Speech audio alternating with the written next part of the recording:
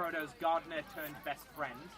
And in this particular scene, Samwise house. Sam is actually having a homecoming at the end of his epic journey. We see him walking up along this path, and Rosie Cotton is waiting for him. Now, she was the barmaid of the Green Dragon.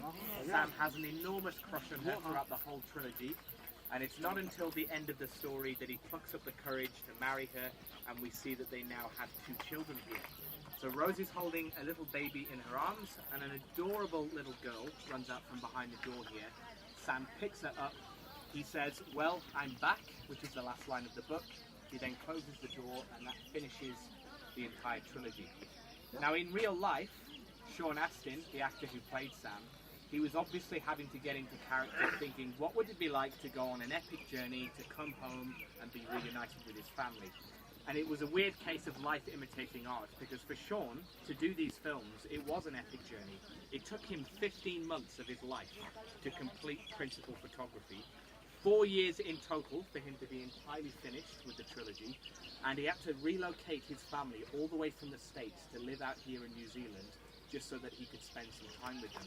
But even then, there were periods where he was not able to see his own children, especially Ali, his little daughter.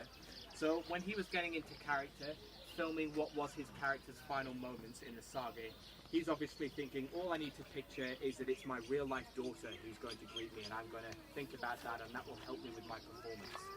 So when he filmed that scene, the cameras were rolling, and what nobody told him, and it was a complete surprise for him, it was his daughter who ran out from behind the door.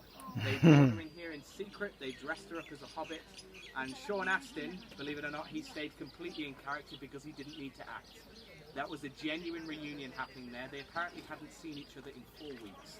So it's a true happy ever after for the actor. Just to make you guys feel really old though, Ali has now passed a driving test. That's how long ago that scene was. But it's well worth getting a photo of Sam's door here, and then if you follow